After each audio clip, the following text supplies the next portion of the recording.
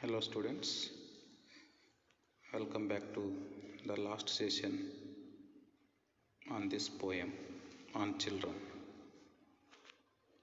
We had already discussed on the objective questions of this poem. Hope you have read all those questions and remembered the correct answers of those questions. You can refer some previous year question papers for these questions.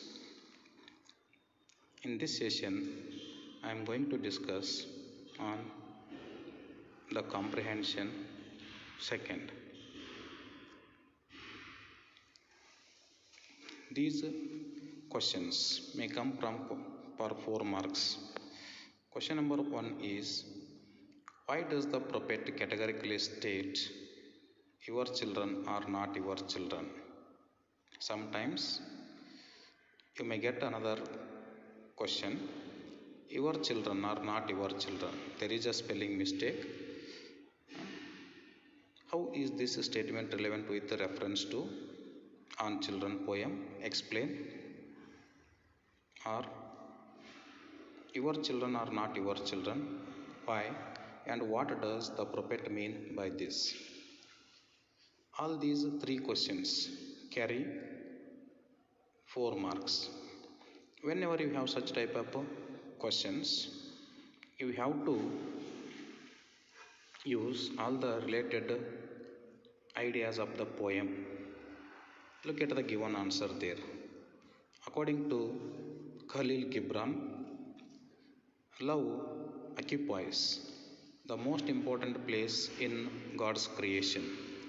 Love is not created by us, but is sent from above, and it directs everything in our life as it sees fit.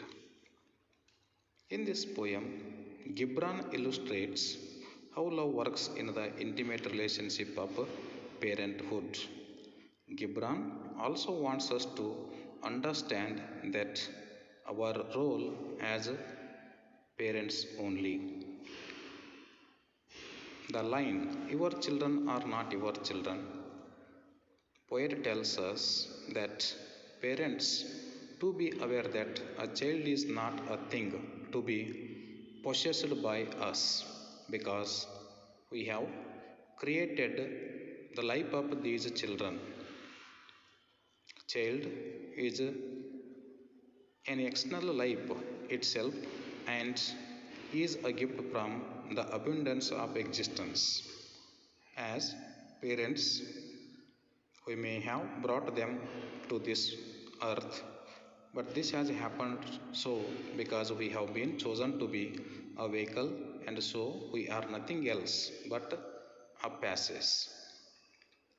It is life's longing for itself that brings children to earth as children and daughters, like as sons and daughters.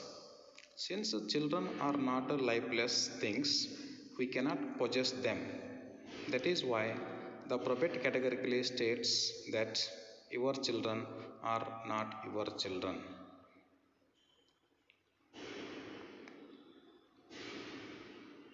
The second question, what does the metaphor of bow and arrow signify with regard to parent-children relationship?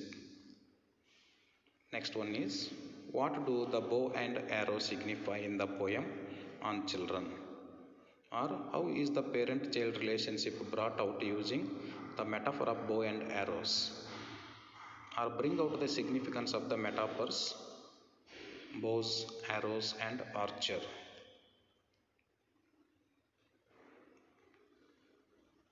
For this question, you have to remember those 3 metaphors.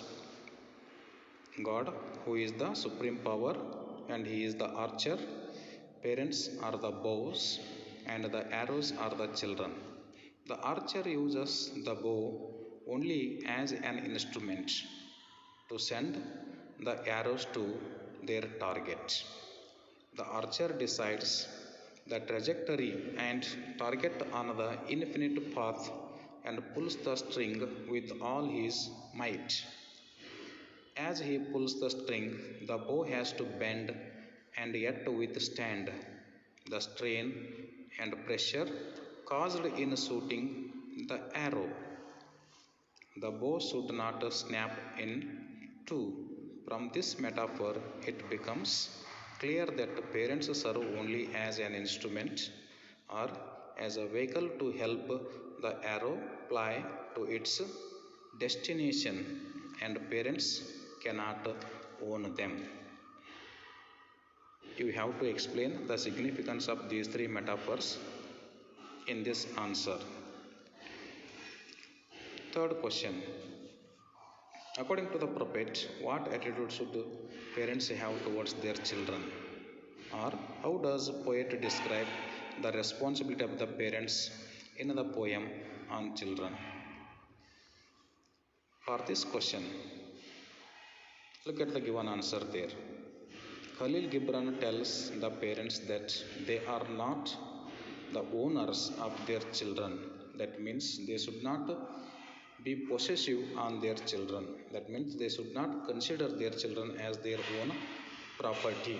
He argues that children have come to this earth as a life's longing for itself and are born as sons and daughters, and they are not created by parents.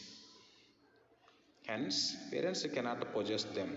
Parents should consider themselves as stewards, and their role is only stewardship.